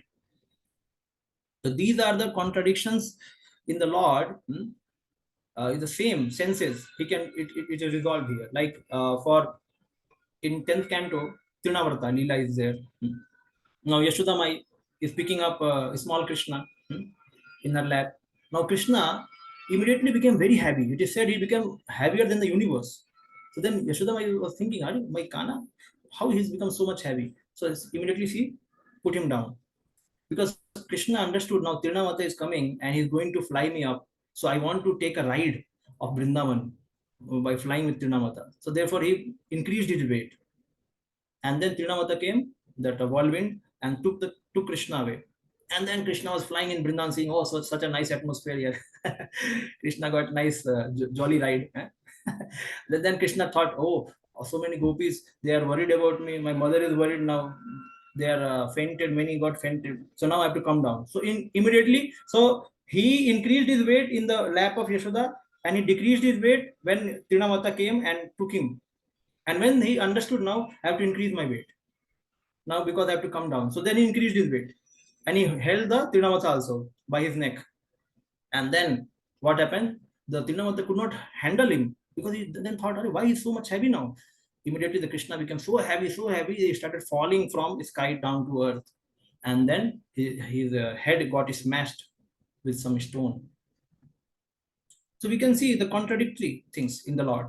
Sometimes it's heavier, sometimes it's lighter. These are contradictions are there in the Lord, and he can only resolve. We cannot do all these things. We can show certain emotion for certain time, and then like we are angry with somebody, we can call him tomorrow, because today I cannot show other swarupa. If I'm angry, then I'm angry only. But Lord can do both the things. He's angry and he is peaceful also. He can do both the things. Contradictions are there. Like somebody asked Srila Prabhupada, can God create a stone which he cannot lift? Srila Prabhupada said, yes, he can create, which he cannot lift. Then after some time he said, then he will lift. Then he will lift. What do you mean by it? Because these are some questions, these questions are just to challenge about the God. Like if you say, God cannot create such a certain stone which he cannot lift, it means there is some fault in his creation. He cannot create only. And then, and if you say that he can lift, then you can, then again you'll say, what kind of God it is? Okay, he is able to do everything. So this is small work he cannot do. So now it is possible. How it is possible? Like Mike Tyson, he comes and start fighting with the child. Mike Tyson has his own child. Just example. Now who will win when Mike Tyson is fighting with his own son? Who will win? The son will win, because Mike Tyson, if he bumps on him, he will die only. So he does not want to bump. He wants to just do, oh, I am getting defeated. Please don't hit me. My son, don't hit me. Oh, Papa, I will hit you. And then he'll be the winner. But when Mike Tyson goes to the arena of boxing, where opponent is there, then who wins? He just bumps and then he wins actually. So then same thing, God who cannot lift the stone, and then he can lift. So he cannot fight with his coward boys. Sudama, after this Kansa killing, the coward boys started thinking, this is a Krishna who killed Kamsa. Every day I defeat him in wrestling match. So then they thought, I think he's a different Krishna. So then they thought, let me check now. So they went after killing of Kansa. They all went and they started fighting with Krishna, and they defeated Krishna. And they told, oh, he's the same Krishna. We can defeat him. So same Krishna who can kill Kamsa, who cannot kill or defeat his own cowherd boy. This is a contradiction in God. So these contradictions are resolved in God, not anywhere else. Therefore, Ishopanishads are telling, and who can understand about all these things? Only devotees. Otherwise, who can understand? The Jnanis will simply be concocting, oh, God is like this, God is like that. It is not possible to understand absolute truth otherwise. So we'll go ahead.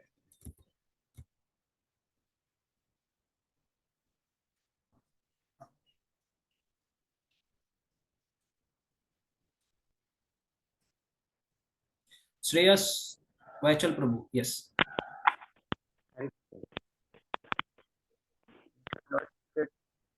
Because with our eyes, Lord personal existence.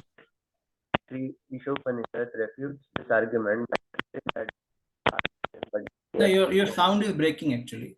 Some sound. Can you hear me now? But something tip sound is coming. Tip. Something is there. Okay. Prasanna Gopal Prabhuji, can you read?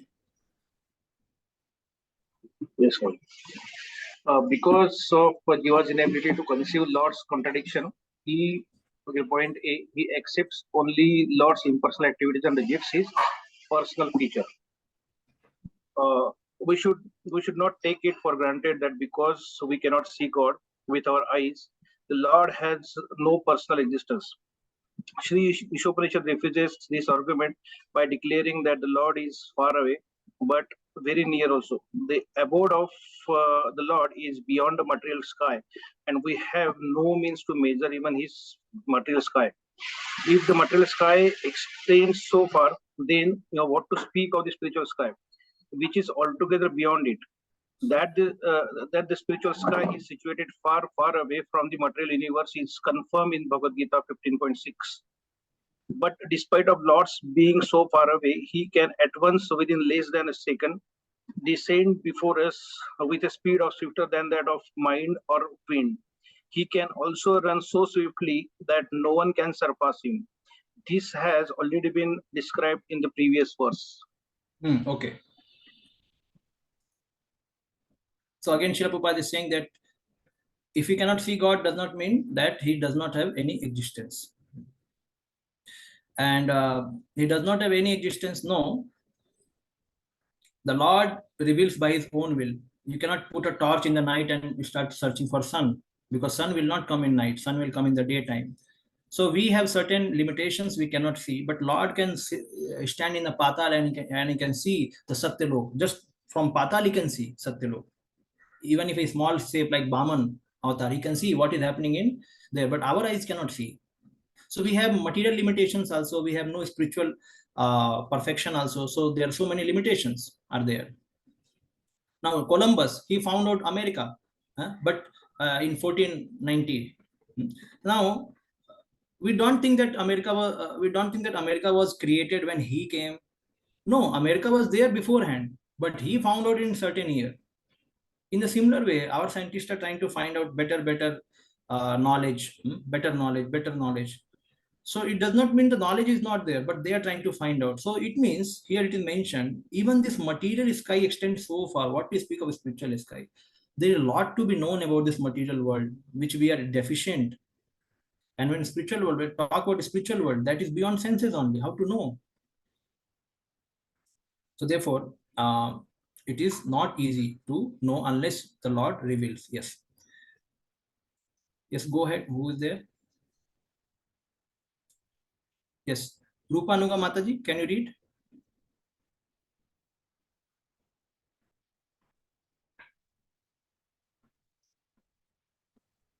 Yes, from where? Yet when? From here. Yes. And he concludes Lord to be an ordinary mortal beings. Yes, from here. Yes. Yet when the personality of Godhead comes before us, we neglect him.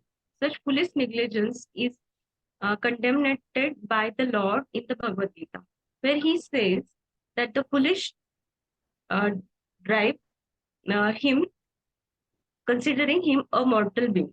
He is not a mortal being, nor does he come before us with a body produced of material nature. There are many so-called scholars who contend that the Lord descends in a body made of matter, just like an ordinary living being, not knowing his inconceivable power. Such foolish men place the Lord on the equal level with ordinary men. Okay. So this verse is Avajananti Mamura. 9.11. So 9.11, we'll just show you.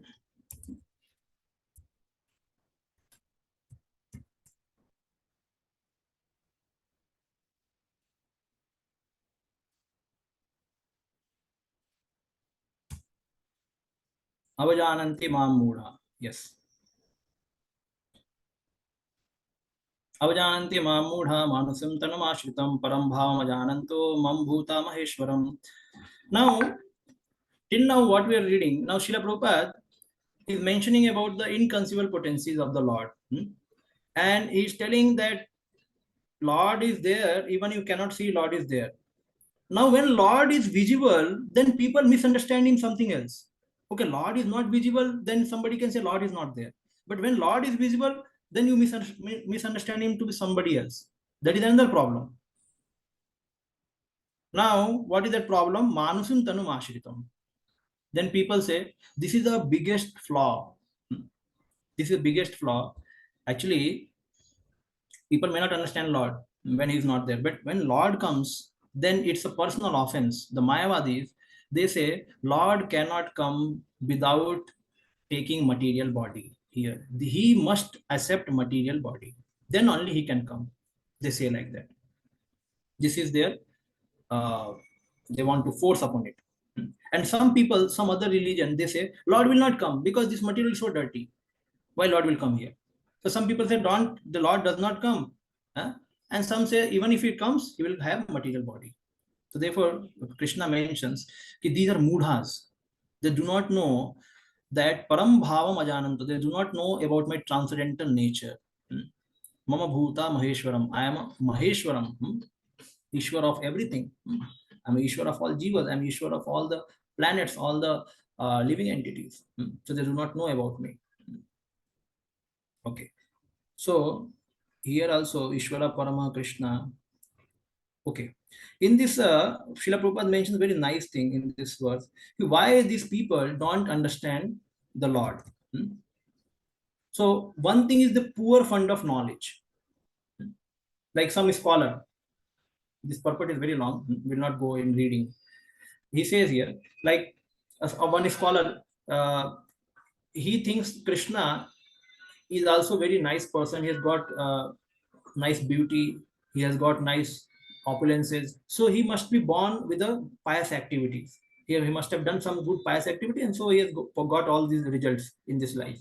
Like I am a scholar, I have got good brain to speculate. So Krishna is a powerful man. He also like some extraordinary man or ordinary man with the pious results. So this is wrong thing. This is how the scholar thinks. They think that the Krishna's body and soul both are different. So Krishna is also like a human being because he looks exactly like a human.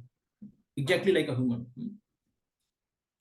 So because they do not know the confidential activities of the Lord and his different energies. Like if a Lord kills a demon, then the demon gets liberated. So they do not know all such things. If we kill somebody, how can we liberate ourselves? We cannot liberate ourselves. What to speak of demon? We cannot liberate anyone.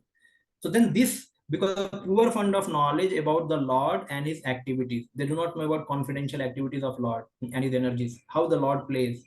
Second thing Prabhupada says, why these people misunderstand the Lord as a human? Because his appearance is a manifestation of internal energy, and they do not know that whether internal energy exists or not. They think that only one energy which is existing is this Maya, this material energy. So they do not know. And they do not know this also, that Lord is the master of all energies. So Lord can control energy. They think that no, energy has to control Lord. So Lord has to follow the dictation of energy. But he says Maya Dakshina Prakriti. And he says, my Janma Karma Chame Divyam. If you know about my Janma and Karma, you will be liberated. So therefore, when we do, these people do not know about Lord and his energies, confidential interaction, and the Lord is having internal energy, he comes with that internal energy. So therefore, they misunderstand the Lord. They think that he is an ordinary human being. And yes. Like see here you mentioned Kritwan Kila Karmani Saharamena Keshava Ati Martyani Bhagwan Gudha Kapata Manusah. So Krishna or Balaramji, he is coming with Gudha Kapata Manusa, means Kapat. He has taken the form of a human, but this human is not that like this got this body from this material nature. No, his human form is a manifestation of his internal potency. It is not manifestation of external potency. We should understand. When Krishna is, he exactly looks like human, and anybody can get misdirected or by his mind or speculation. So one has to understand that Krishna's even human body is generation of his internal potency. It's not generation or creation of external potency. We should understand this thing. Okay.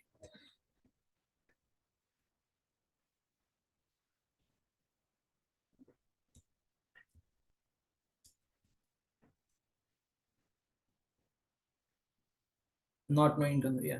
We'll go ahead. The above arguments are nullified if we accept the existence of the Lord's inconceivable potency, because he is full of inconceivable potency. God can accept our services through any medium, or he can convert his different potencies according to his own will. Non-believers argue either that Lord cannot incarnate himself at all, or if he does, he descends in form of material energy. What we are discussing now, same thing. These arguments are nullified if we accept the existence of Lord's inconceivable potencies. Then we can understand that even if the Lord appears before us in the form of material energy, it is quite possible for him to convert this energy into spiritual energy. This is very, very important, this sentence. Even if the Lord appears before us in form of material energy, he can convert that material into spiritual energy. Srila Prabhupada gives example of, in other books, electric engineer.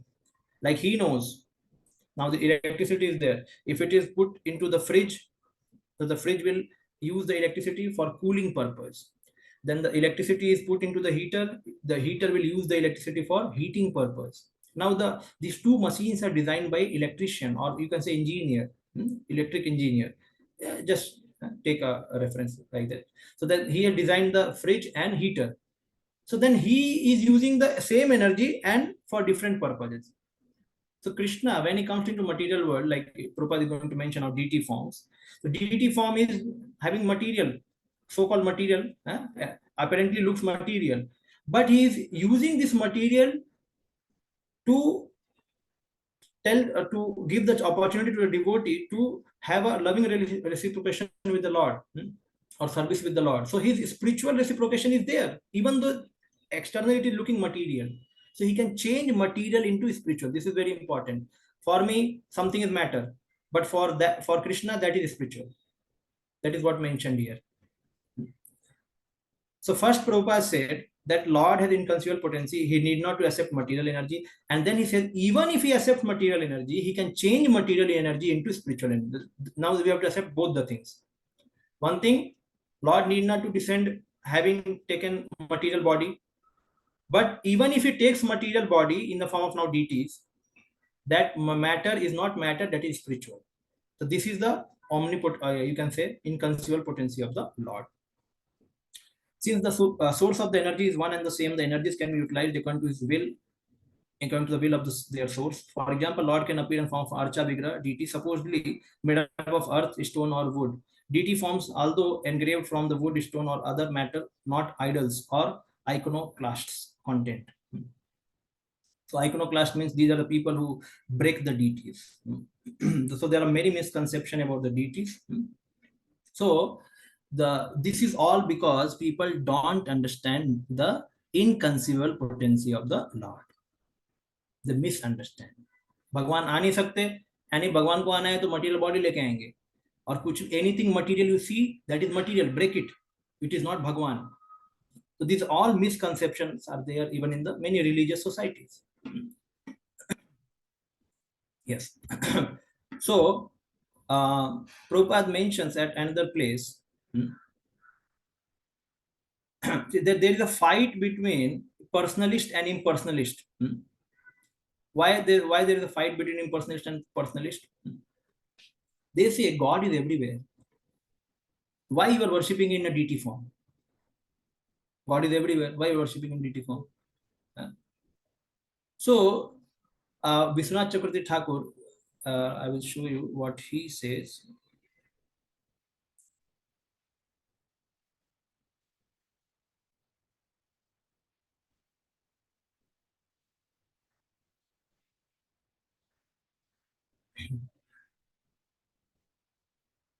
Some of the who deride Krishna, who are infected with Mayavad philosophy, quote the following verse from Srimad Bhagavatam to prove that Krishna is just an ordinary man. Aham sarveshu bhuteshu bhutatma avasthitah sada. The Supreme is present in every living entity. We should better take note of this, their particular verse from the Vaishnava Acharya. Means basically they are saying, why are you worshipping Krishna in deity form? It is, you are basically, you should worship all living beings, because he is also there in the everyone's heart. So everybody basically namo om namo narayana. This Mayavadi says God is everywhere. Why are you going into temple actually? So other acharya, what our acharya says, they say G. Goswami commenting on this verse says that Krishna in his plenary expansion as Paramatma is situated in the moving and non-moving entity as Super Soul.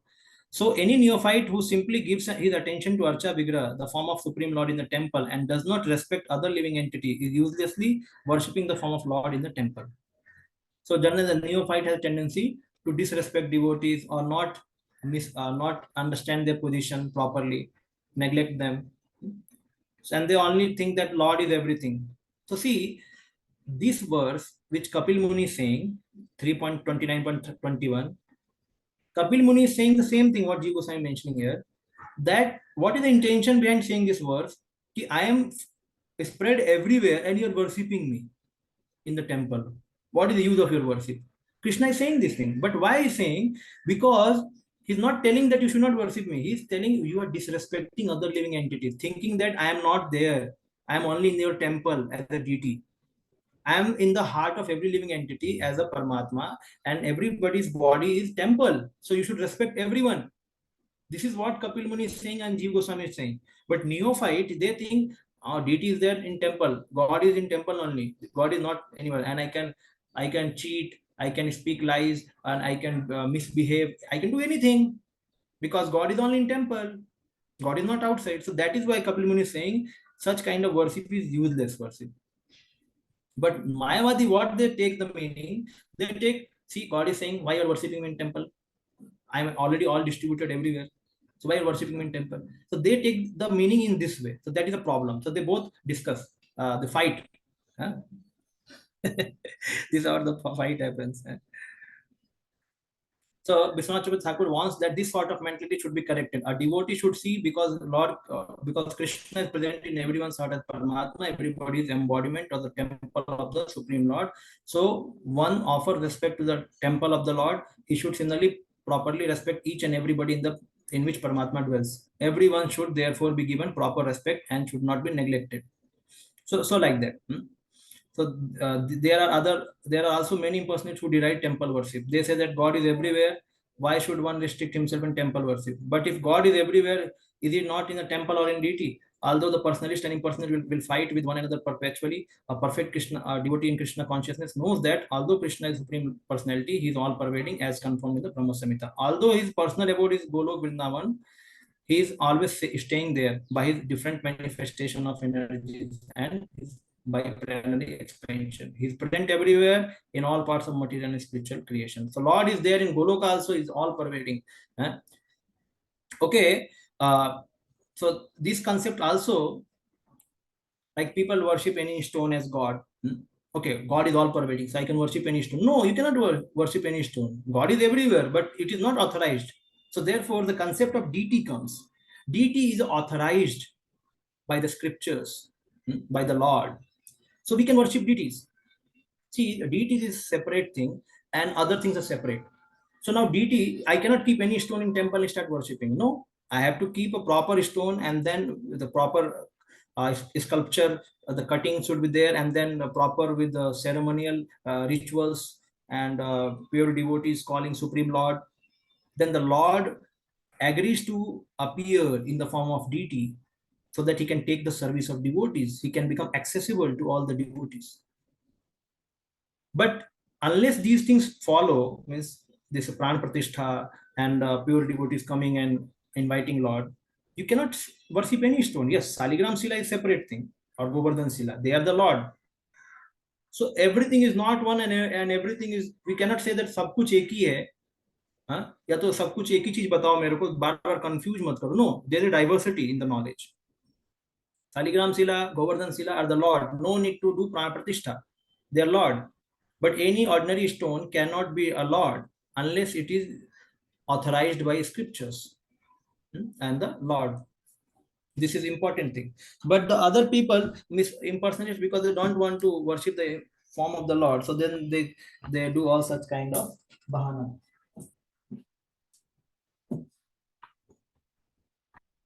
Okay, we'll go ahead.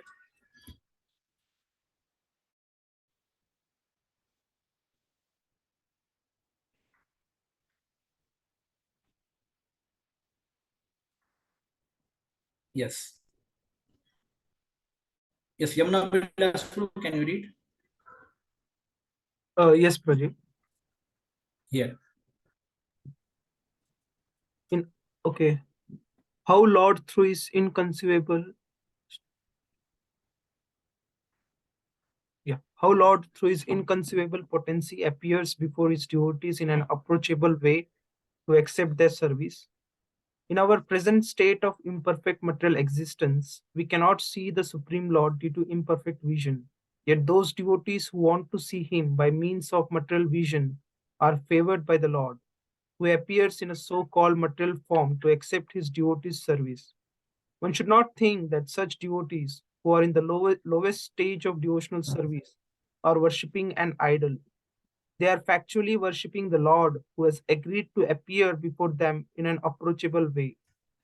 Nor is the archer form fashioned according to the whims of the worshipper. This form is eternally existent with all paraphernalia. This can be actually felt by a sincere devotee, but not by an atheist.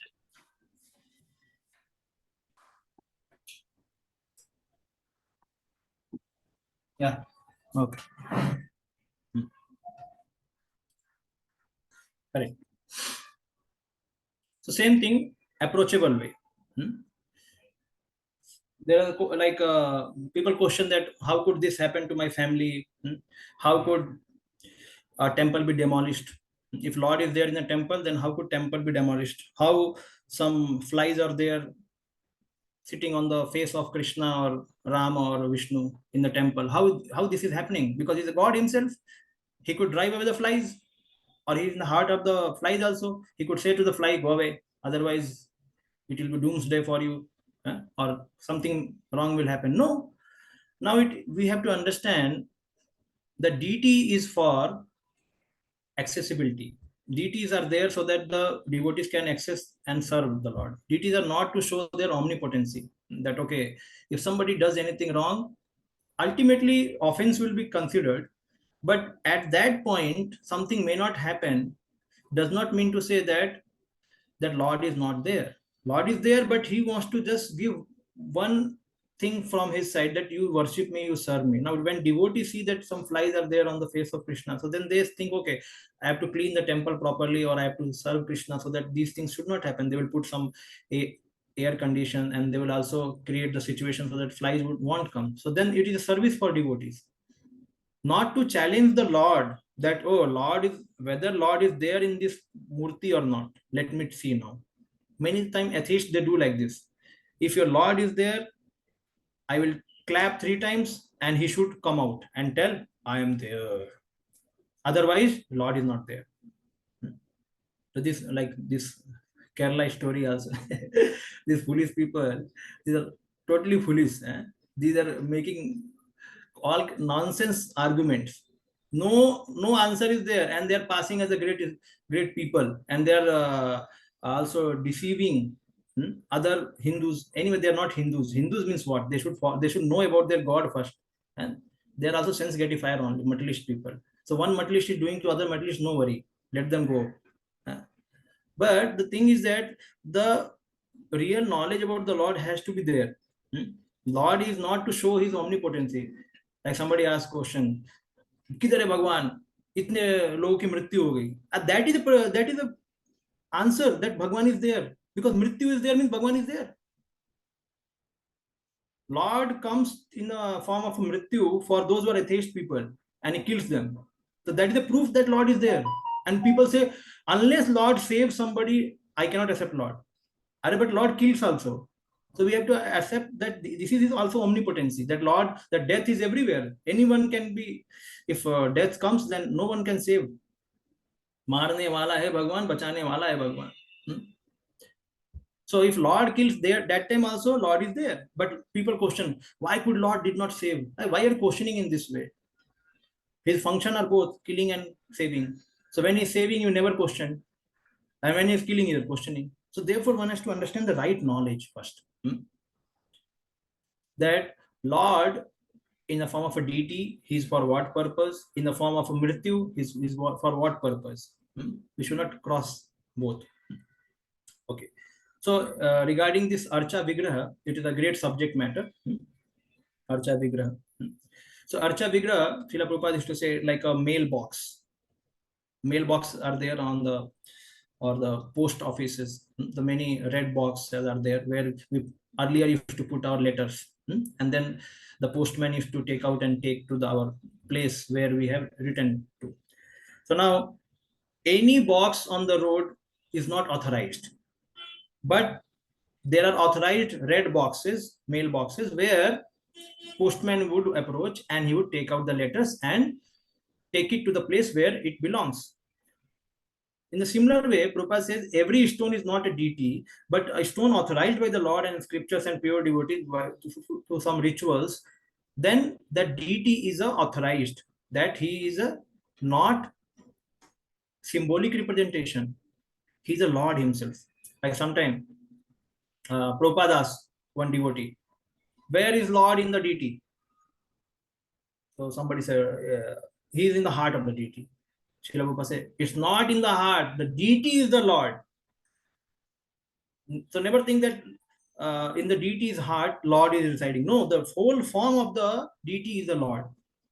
The Lord is not a symbolic. Symbolic मतलब क्या होता है? जैसे flag, Indian flag.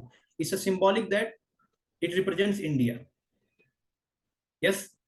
Or you can also say like somebody carries the photo in the purse. So then the photo shows that this is a photo of certain person. But the person is not, means the person in the photo, like the photo is simply the poetry, is a picture. The person is separate. But in terms of deity, this is not. Neither deity is symbolic, nor it is simply a picture of Krishna. Deity is Krishna. Neither deity is symbolic, nor it is a picture of Krishna. It is Krishna. Okay. Now, Prabhupada also mentions in other purports in Bhagavatam that deities, they are non-different from eternal form of Krishna. But deities, they do not exist in spiritual world, because spiritual world Krishna is there. But they are non-different from eternal form of Krishna. In the similar way, Virat Roop is also non-different from Krishna. But this Virat form does not exist in spiritual world. So Virat form is there for impersonalist and deities are there for personalist. Yes. We'll go ahead. Tad dure tadvantike, he is far away. In the Bhagavad Gita 4.11, the Lord says that how he treats his devotees depends on the devotee degree of surrender. The Lord reserves the right not to reveal himself to anyone and everyone, but to show himself only to the souls who surrender unto him. Thus, for the surrendered soul, he is always within reach, whereas for unsurrendered soul, he is far, far away and cannot be approached. Correct?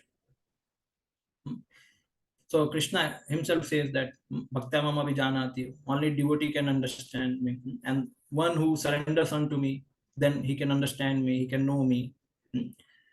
Like Bahunam Janmanamanti, Jnanamam Prapadante, Vasudeva Saromiti, Samahatma Sudurlava. So after so many births, one surrenders to Krishna after he gains the right knowledge.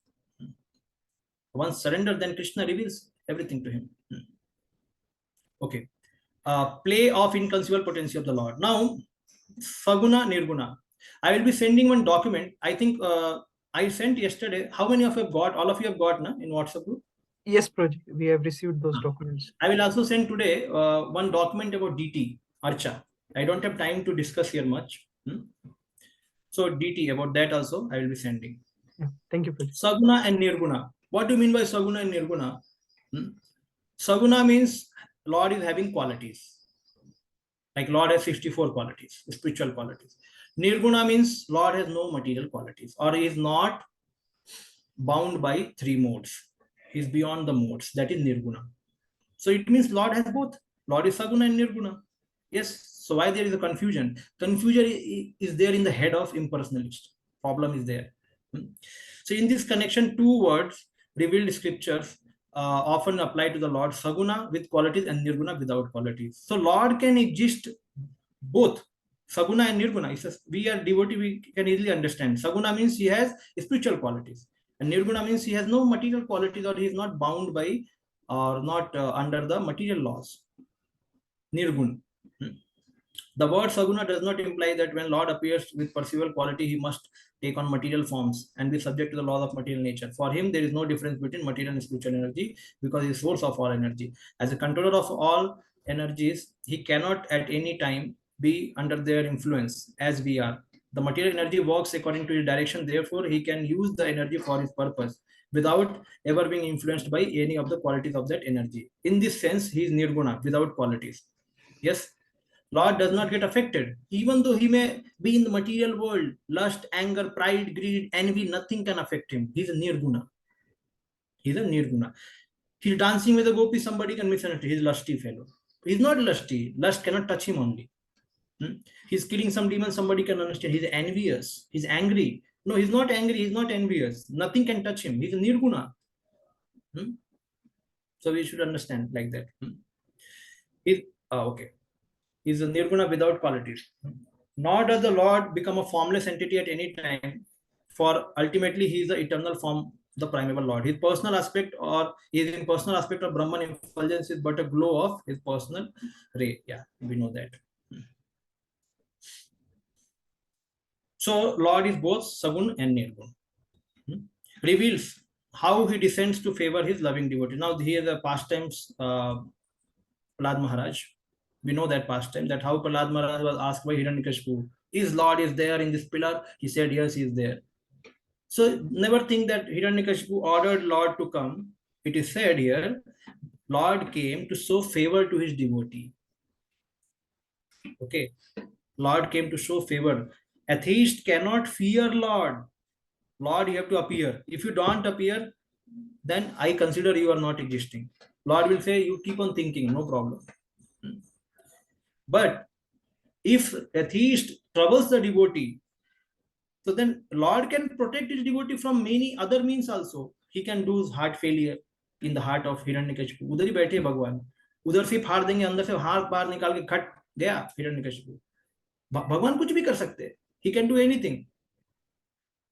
But Lord does not want to do that. He wants to show favor to devotee. Favor means what? Like sometimes our family member comes to Pune from different distant place. So then we go on a station, we pick them up and we bring to home. Why? Favor. We love them. It happens in the family culture. Like if they send their servant, okay, go and pick him up. So then they feel, अरे खुद क्यों नहीं आया? Servant को क्यों भेजा? खुद आना चाहिए था उसको.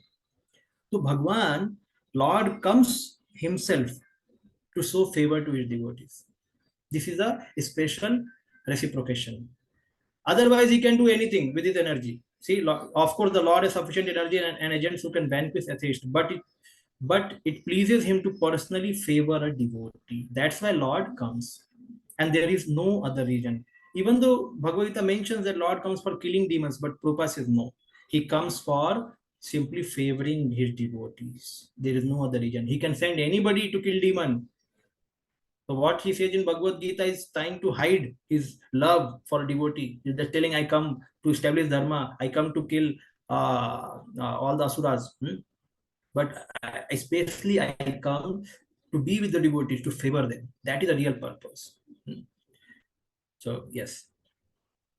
Lord is outside as a Virat form and inside as the Antaryami. Yes. So in the Brahma Samhita, it is said that primeval Lord enters everything. Yes. Eko apisyo jagadanda koti jagadanda yadan antaha andas tarastu paramanu chayantarastam govindamadi purusham tamam bhajami. So the Lord, he is inside atom, in between atom, and he is also in the universe as a Virat form. So Virat form, you will be reading this later in the Bhagavad Gita also. But I just mentioned it's a material form. It's a material form. But it is not existing in the spiritual world. It is for impersonalists, because impersonalists, they don't like to go to the temple. But devotees, they like to go to temple. So for them, Lord comes as Archa Vigraha. And for impersonalists, Lord comes like Virat form. At least they worship somebody. So Prabhupada mentions that he is outside in the Virat form and is within everything as Antaryami as Paramatma. As Antaryami, he witnesses everything that is going on. He awards us the result of our actions as Karma Phala. We ourselves may forget what we have done in the previous life, but because the Lord witnesses our action, the result of our actions are always there. Yes. oneness and difference resolves in the personality of Godhead. The fact is that there is nothing but God within and without. Everything is manifestation of a different energy, like light, like heat and light emanating from a fire. And in this way, there is oneness among the diverse energies. Although there is oneness, however, the Lord in his personal form still enjoys unlimitedly all the pleasures enjoyed minutely by the tiny part and parcel of the living entity. See why this is spoken here, why Prabhupada is saying here. Lord is nothing but within and without. Lord is here. All energies are also here, but he's also there. And he's personally enjoying there. Here he is also with his living entity, but living entity is not ready to reciprocate love with him. So therefore, those who are ready, he's there with them and enjoying. But those who are not ready, they want something, God is there for them also. He's all pervading as a Antaryami, also as a Virat form, he's there. Okay. So fortunately, we ended the chapter. Okay, any question? I will send the deities, the document about the deities in the WhatsApp group. You all can read that document. Any question anyone has?